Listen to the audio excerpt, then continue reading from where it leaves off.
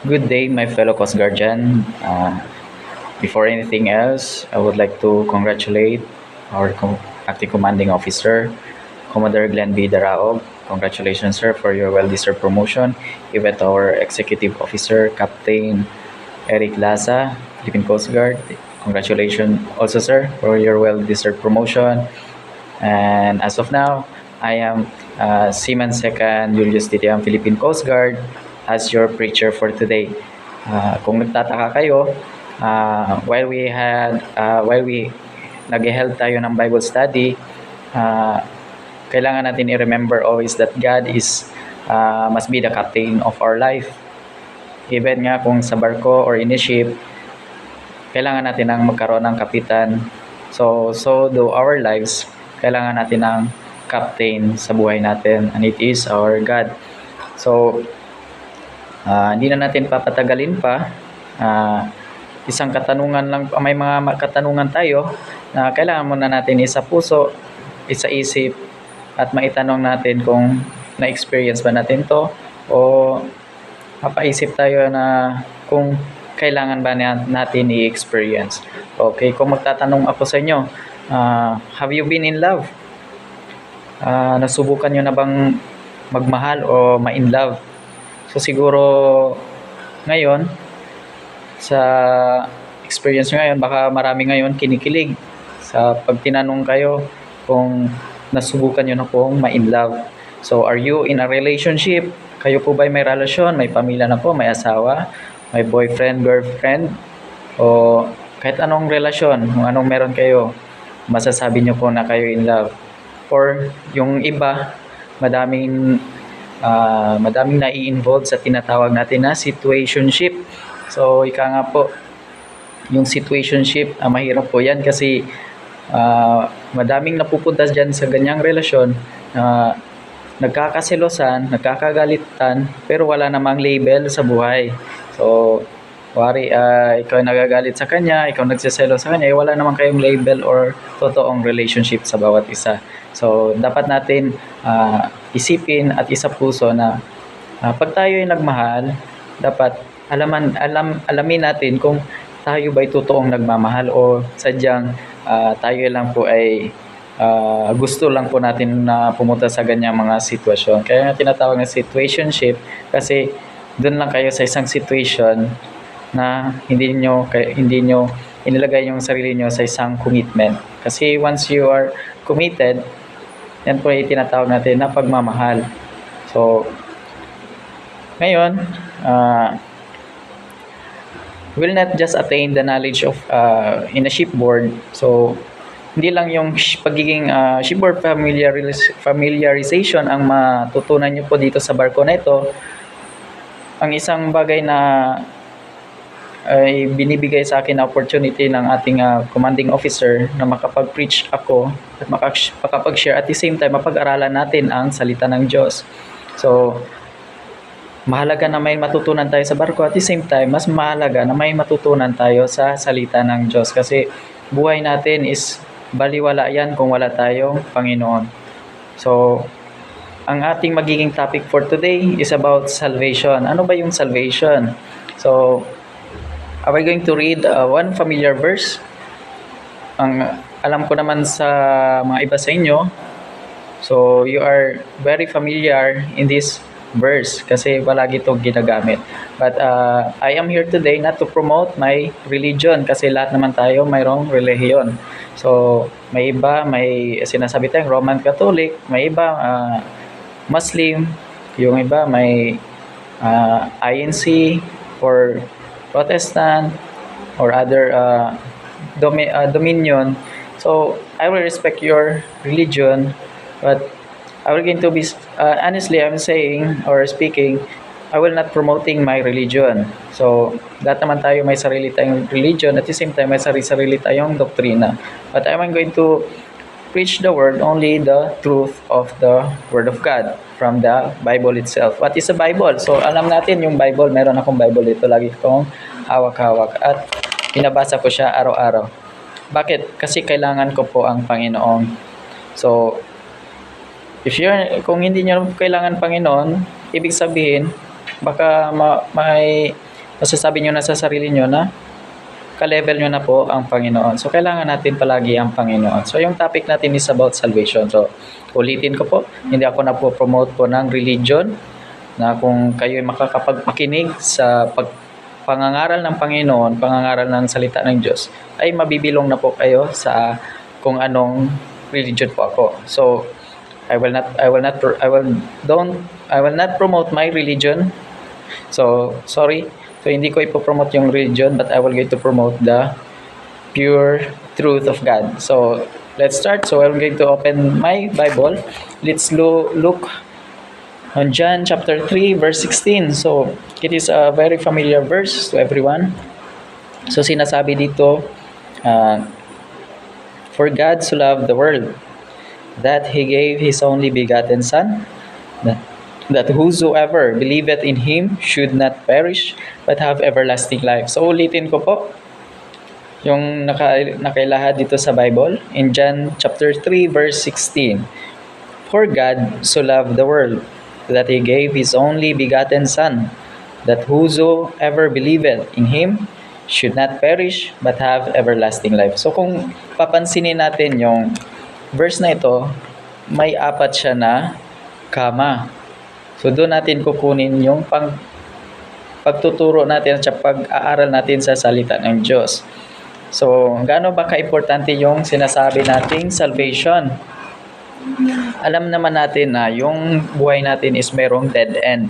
Sabi nga in Hebrews chapter 9 verse 27, our death is already appointed. So, sabi ng Panginoon, ang Bible na po ang mismo nagsabing salita ng Diyos, na yung buhay natin is merong dead end or yung katapusan. So, walang permanent dito sa mundong ito.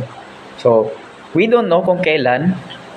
Hindi natin alam kasi sabi nga ng Panginoon sa Bible na nagsasabi na ang ating kamatayan ay parang magnanako lang. It is like a thief in the night.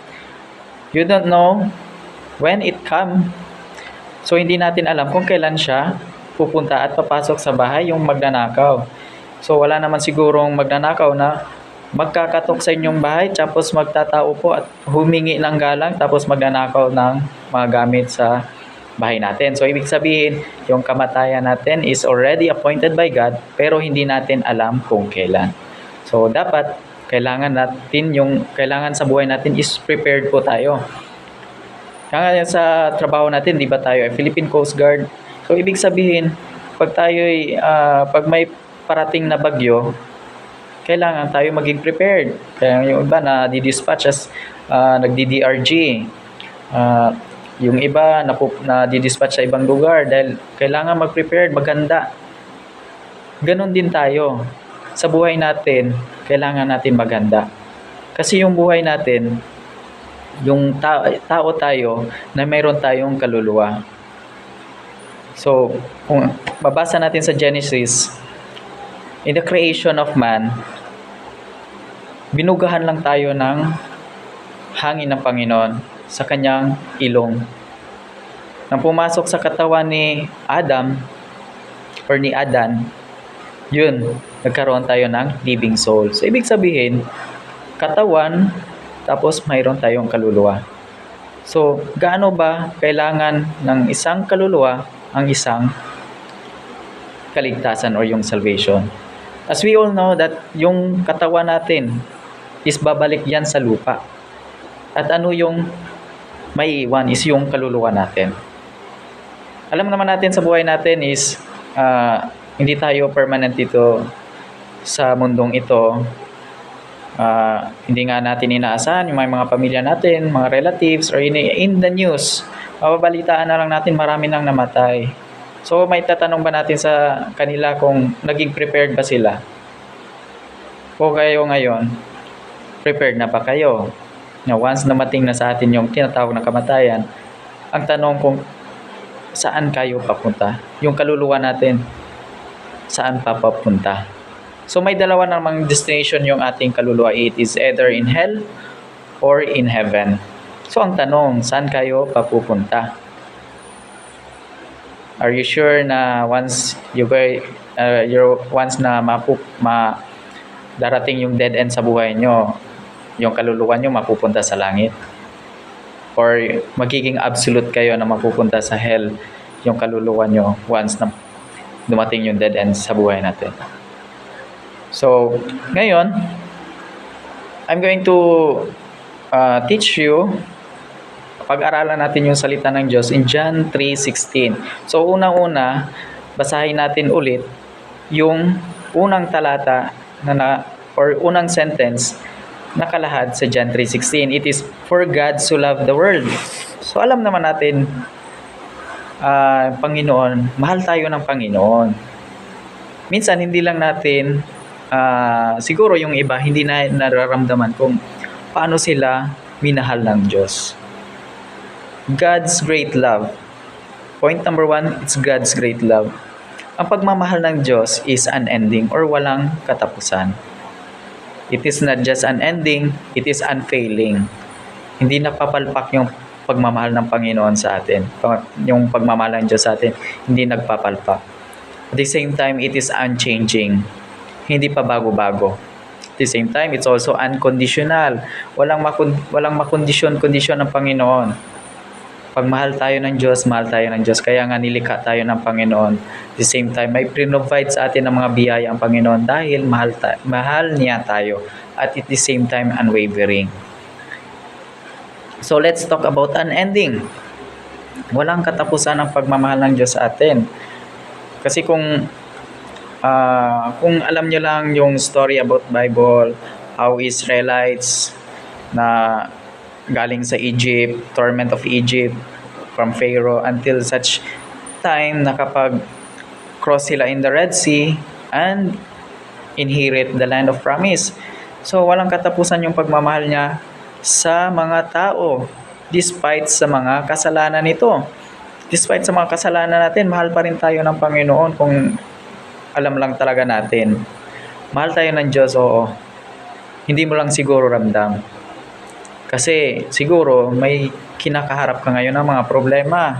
O either may mga pagsubok ka na nadadanasan ngayon na minsan kinakalimutan mo po, yun na po, na mayroon tayong Panginoon na kailangan lang natin panaligan at kailangan natin pagkakatiwalaan. So unending, walang katapusan. Minsan nga, sinabi ko nga sa iyo, are you in love? Are you in a relationship ngayon? So minsan nga yung tao, yung pag-ibig nila sa isang tao, may hangganan. Minsan, sinasabi, till death do us part. Love, ikaw lang talaga ang mahal ko. Hanggang sa dulo ng walang hanggan. Hanggang sa ako'y mamatay, ikaw lang talaga. So, there is a promise of a man. May promise yung mga tao, ang mga tao sa bawat isa, sa bawat partner nila. So, minsan, hindi nila na fulfill yung promise kasi ang lagi nilang dinadahilan, promises are meant to be broken. So, paano na yun? Kung nagmamahal tayo, dapat unending dapat. Walang katapusan. Pero minsan kasi sa buhay natin, nang dahil sa mga bawat pagsubok na dinadanas natin, minsan may mga temptation na nagpapakita sa atin ng mga nagtitrigger na ito gawin natin yan, ito gawin natin yan. Kaya nahuhulog, na-fall tayo sa trap ni Satan. Kaya nagkakaroon ng ending yung pagmamahal natin sa ating mga partner. So, there will be a time na magkakasala at magkakasala ka. Kasi wala namang perfectong tao. So, ang tao is hindi perfect. Only God is perfect. So, unending, walang katapusan. Buti pa ang Diyos, nagmamahal ng walang katapusan. Tayo, mayroong katapusan. So, sasabihin mo, ikaw lang talaga ang mahal ko, pero pag chinek na yung mga cellphone, hindi natin alam, baka madaming ka-chat. Yung iba, pinapalitan ng pangalan. Yung pangalan ng isang babae, pinapalitan ng pangalan ng isang lalaki. So, yung pinapalitan, nagkakaroon ng ibang tawag nito, yung dummy account.